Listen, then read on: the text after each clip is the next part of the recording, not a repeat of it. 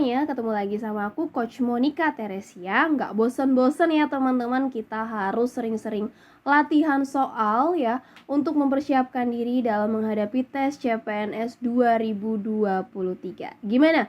Kalian udah siap belum nih untuk ikut tes di bulan Oktober nanti ataupun mungkin jadwal kalian di bulan November teman-teman? Udah siap? Belum? Atau sudah? Oke, masih ada waktu teman-teman. Kalian harus mempersiapkan diri kalian sebaik-baiknya ya. Ingat, satu kursi yang kalian peroleh itu saingannya banyak banget teman-teman. Makanya dari itu kalian harus banyak-banyak berlatih ya, mencari berbagai sumber informasi, dan tentunya juga harus diiringi dengan doa. Oke. Sekarang teman-teman kita akan masuk ke pembahasan beberapa soal ya terkait bela negara TWK CPNS. Yuk kita masuk ke soal yang pertama. Oke, sebelum masuk ke soal, buat teman-teman nih yang masih bingung mau belajar apa dan di mana, CPNS di sini siap membantu teman-teman untuk belajar persiapan seleksi CPNS ya. Jadi di sini terdapat materi lengkap mulai dari TWK, kemudian ada TIU dan TKP. Dalam bentuk apa sih Kak? Dalam bentuk teks maupun video ya. Jadi ribuan soal itu super HOTS nih teman-teman. Dan juga terdapat tryout dengan sistem CAT. Jadi jangan lupa gabung bersama kita di Bimbel Ayu CPNS.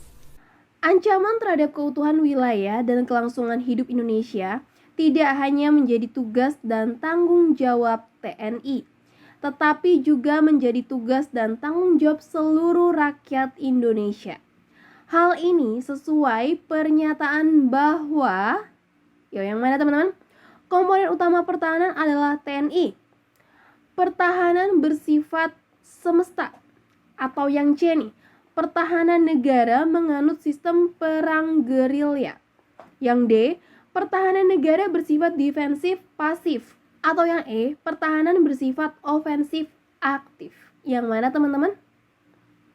Oke, karena di sini yang dibicarakan bahwa untuk menjaga keutuhan wilayah itu bukan cuma tanggung jawab TNI aja, tetapi menjadi tanggung jawab seluruh rakyat Indonesia. Maka dengan ini ya, pertahanan Indonesia itu merupakan pertahanan yang bersifat semesta. Oke, pertahanan bersifat semesta artinya bahwa pertahanan menjadi tugas dan tanggung jawab seluruh rakyat Indonesia. Kalian juga bisa lihat ya teman-teman di pasal 30 di Undang-Undang Dasar 1945 ya.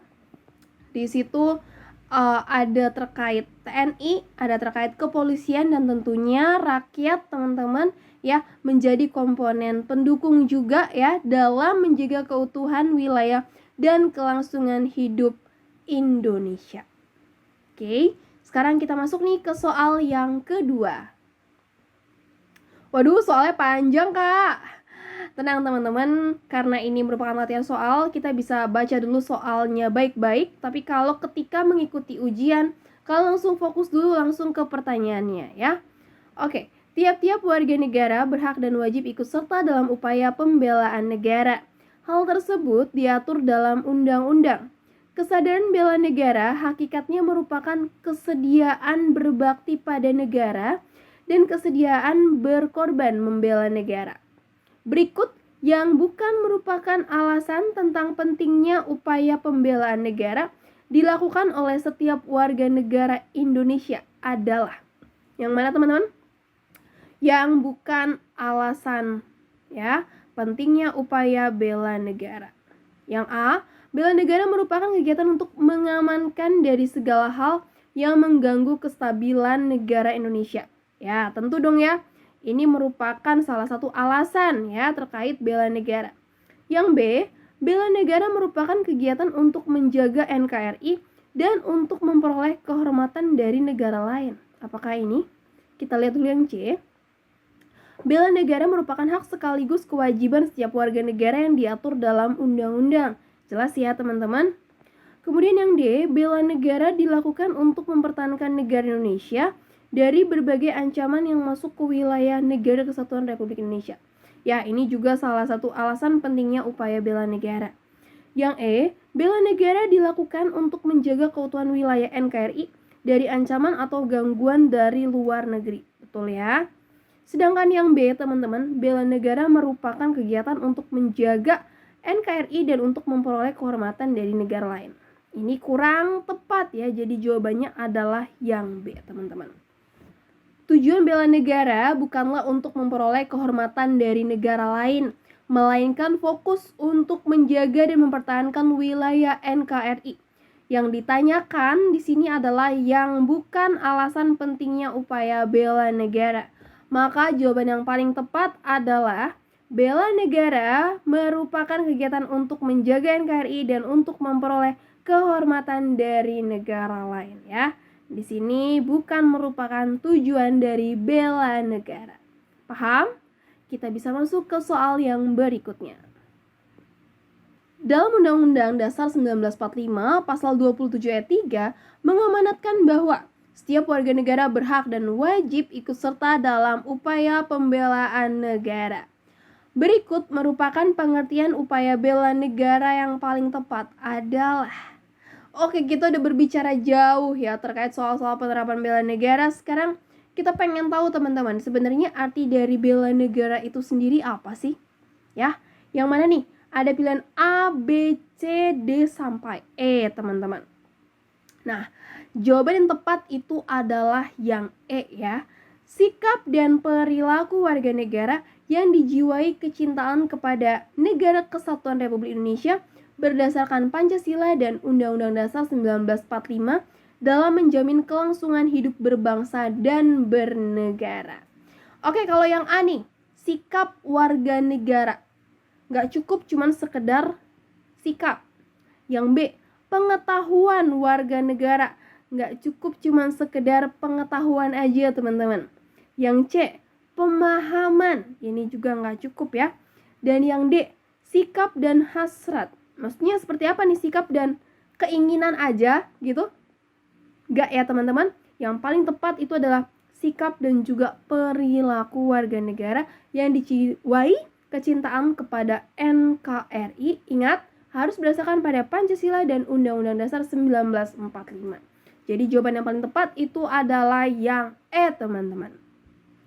Soal berikutnya, bela negara bukan hanya penting di masa revolusi kemerdekaan, tetapi juga masa kini.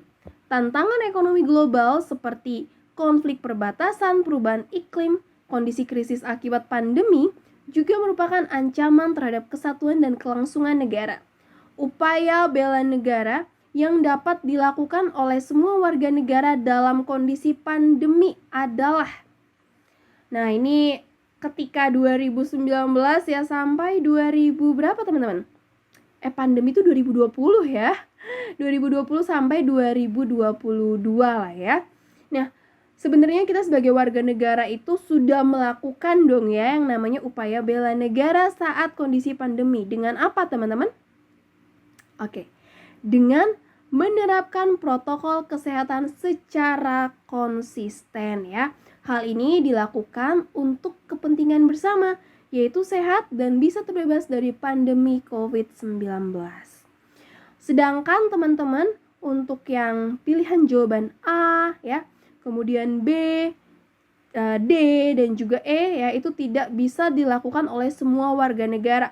Contohnya saja ya, meracik hand sanitizer di laboratorium kimia. Mungkin ini anak-anak lab lah ya, di rumah sakit ya, nggak bisa dilakukan oleh semua warga negara. Jadi jawaban yang paling tepat itu memang yang C, menerapkan protokol kesehatan secara konsisten. Jangan bosan, kita akan lanjut ke soal berikutnya. Ancaman terhadap NKRI banyak terjadi, bukan hanya dari dalam negeri, melainkan dari luar negeri. Hal ini dinilai dapat membahayakan kedaulatan negara, keutuhan wilayah negara, dan keselamatan segenap bangsa. Berikut ini yang merupakan ancaman terhadap kehidupan bangsa dan negara yang bersifat non-tradisional kecuali. Yang mana, teman-teman? A. Spionase dan bombardemen. B. Penyelundupan narkotika dan korupsi. Yang C.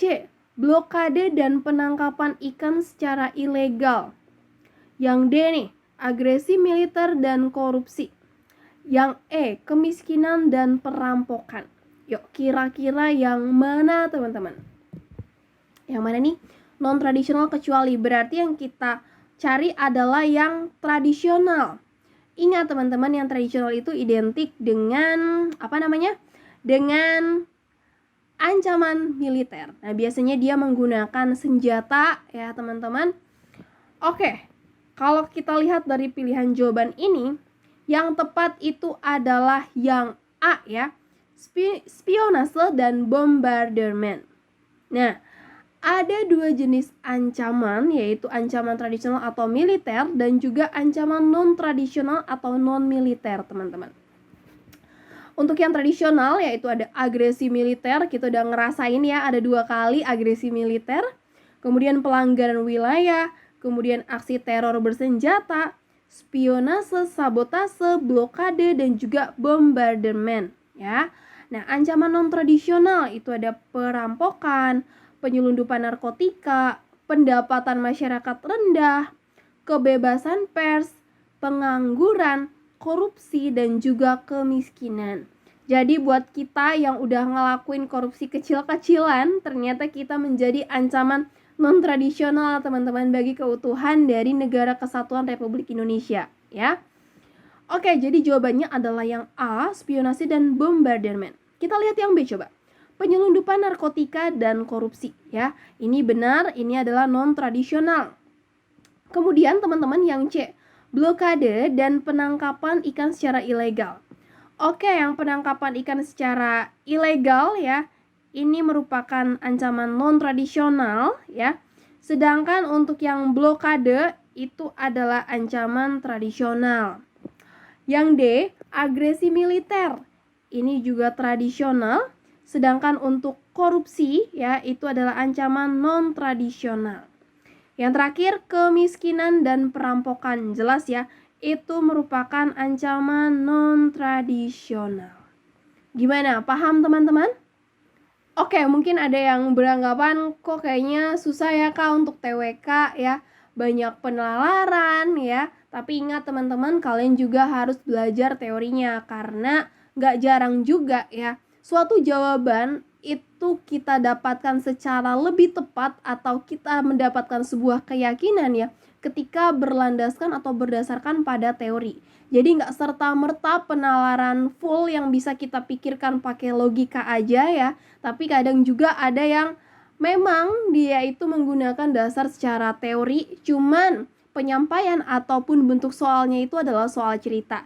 Jadi buat teman-teman, yuk dipelajari lagi materinya, ya perbanyak lagi latihan soalnya, dan mungkin buat kalian yang pengen join ya, berminat bergabung bersama Bimbel Ayo CPNS, sangat dipersilahkan banget teman-teman. Khususnya mengingat nih, waktu sisa kurang lebih 2 bulan lagi lah ya teman-teman. Oke, terima kasih nih buat kalian yang sudah menonton, semoga bisa bermanfaat dan salam sukses.